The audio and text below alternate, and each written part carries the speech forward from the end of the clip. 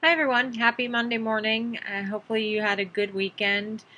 Just want to talk a little bit about what we talked about last week, week 6, go over some of your quiz questions, and also talk a little bit about the submission of your final project for this week. So last week we talked quite a bit about accountable care organizations. I'm actually going to flip back here.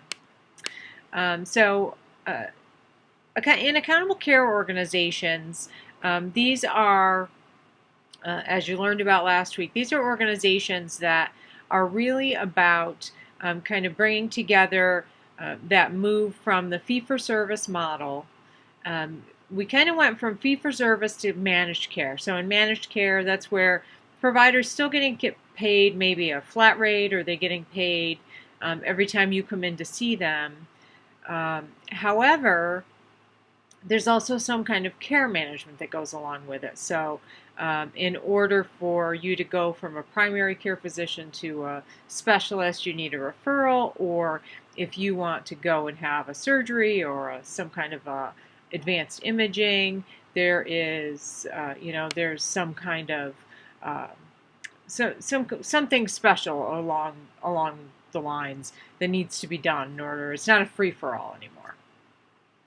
In the case of an accountable care organization, it's much more broad than that. It's actually kind of a partnership between the payer and the provider to provide not only good quality care, but also to provide that good quality care at a lower cost, have efficiencies involved, and really create that solid partnership between all the care providers in that ACO, so that there's shared information between them, that the providers or the patient's care between those ACO providers flows freely.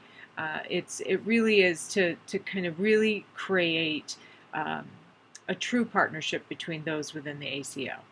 Some ACOs have done that very well, have been able to be successful, and have made good money in the process and provided great care for their patients. Others did not and failed miserably and kind of dropped out of the ACO process. And you probably found some of that in your research last week when you did that for the discussion board. CMS really was who spearheaded the ACO process way back when we started this with the pioneer ACOs, but definitely commercial payers have got involved in the ACO market. There's lots of commercial ACOs now as well. And CMS has an innovation center, which we're going to look at this week. So I'm going to click on that. Center for Medicare and Medicaid Services. So this is who runs the Medicare program and has a hand in making the rules for Medicaid. States run their own Medicaid, but the federal government is involved in the rulemaking process. So the Medicaid program the Medicare program is run by these folks, and they have this innovation center where they're really focused on creating new programs, new models, any type of thing they can find to provide better care at a lower cost, etc. Within this innovation center, and these links are all in your discussion board for this week, within this innovation center is this Our Innovation Models, and this is what you're going to look like. This is what you're going to look at this week. There are many different models of different types of programs that providers can get involved in. Obviously, you can see it keeps going and going and going. There's 86 of them, different models to hopefully, again, provide better care at a lower cost, etc., these alternative payment models. So really neat way to try and make things more appropriately priced, but also hopefully keep the care at a level it should be. So neat projects going on over there. The Innovation Center was threatened when Trump first took office. It seems that they wanted to do away with it. It seems at this point they're leaving it be, but we'll see once they are if they are actually effective in doing away with what is currently the Affordable Care Act and Obamacare. If that goes away, likely this Innovation Center would as well, because a lot of these programs came out of the Affordable Care Act. So I'll talk a little bit about the quiz questions. So there were only 2 quiz questions that were missed through the week by anybody. So generally everyone did really well on this quiz. But the 2 quiz questions that were missed. So shared savings is a model in which the providers, at least initially, are not accountable for downside losses but can share in upside savings. So the answer to this was true.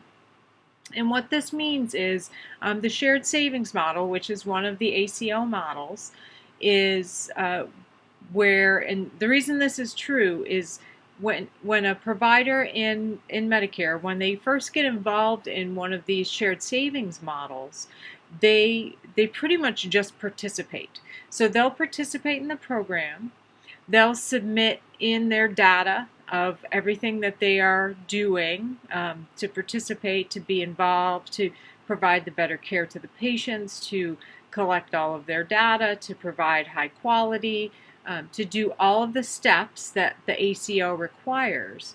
However, if they don't hit all their targets or they don't meet all of the things that they need to, in the first year, they don't lose money. So they kind of give them a test run, if you want to call it that. So in the shared savings program, at least for that first year or so, Medicare doesn't penalize them. However, after that, there will be penalty because it is ultimately a shared savings program. So if Medicare shares savings, you share in the savings. If Medicare loses money, then provider, you lose money. So it is a risk-based model. But in that first year, initially, the physicians, the providers, are not accountable for those losses, but they do share in the savings. So that is true. Second question, accountable care organizations immediately do away with the fee-for-service payment structure in most health plans that adopt them.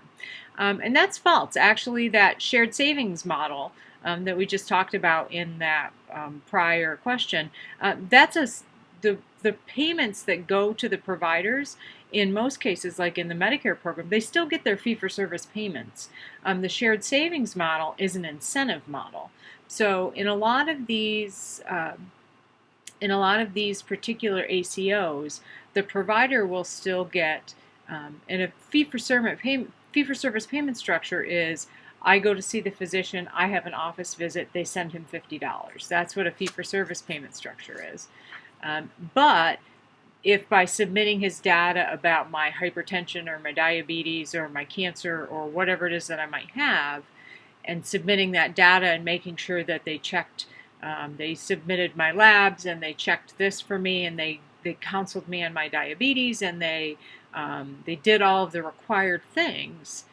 By submitting all of that they did all the things that they should, they may receive an incentive payment as well. On the flip side, if they don't do all of the things, they may get dinged and actually lose part of their payment. So they don't actually, many of these programs don't actually do away with the fee-for-service payment. They keep that, but this is an incentive or a penalty program on top of that. The plan would be eventually they would do away with the fee-for-service model entirely, but it's a slow shift to that point. Hopefully at some point we would do complete, and some of the plans do. Some of them work more on what's called a capitation model, where it's X dollars per member, so per person that's involved in the plan per month.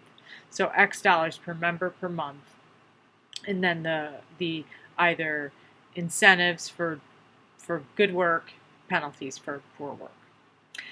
So those are the only 2 questions. Other than that, great work. A little bit about the project. So your project's due this week. We're in week 7. We're almost done. So it's due this week by Sunday. And remember, what you need to do is take all of those pieces that we've been doing throughout the term and don't just cut and paste them into a document. You are creating a, here, let me go to the thing. You are creating a paper now that is 4 to 5 pages of body double spaced. So you need to take that data and put it into a paper. Now, a lot of you have been doing just that. So you have a lot of data, but you may need to, you not necessarily data, but narrative. You need to, some of you will likely need to build upon your narrative a little bit in some of the areas. Now, I've had some questions about bullets. Can I use bullet points here and there? Yeah, absolutely. You can use bullet points in points where it might be appropriate, like with the PDSA. Definitely you can attach your PDSA at the back, but that's not going to count as your pages. But you can use information in your PDSA to put into your document. I would like to see information from your PDSA in your written document. But this is a paper. This is describing your process improvement project. So take all of those things that we've been talking about for the last 7 weeks or 6 weeks or so since you started that, and put that into the paper to describe what it is that you've done throughout this time period. So, and that's due on Sunday. Remember, next week, week 8, is a short week. We are done on Friday. So anything that we have due next week, due on Friday. And then we'll be rolling again on Saturday with our next class. Any one that's enrolled for the next 8 weeks, which I'm sure most of you are. So we'll be starting again on Saturday with the next class. So any questions on the final project, any other quizzes, anything like that, hit me up here in the Edpuzzle, but probably the quickest way to talk to me is to either call the office or zip me a note through email. That's probably the absolute quickest way to talk to me, because that comes right to my phone, and I get that immediately if I'm not in the office.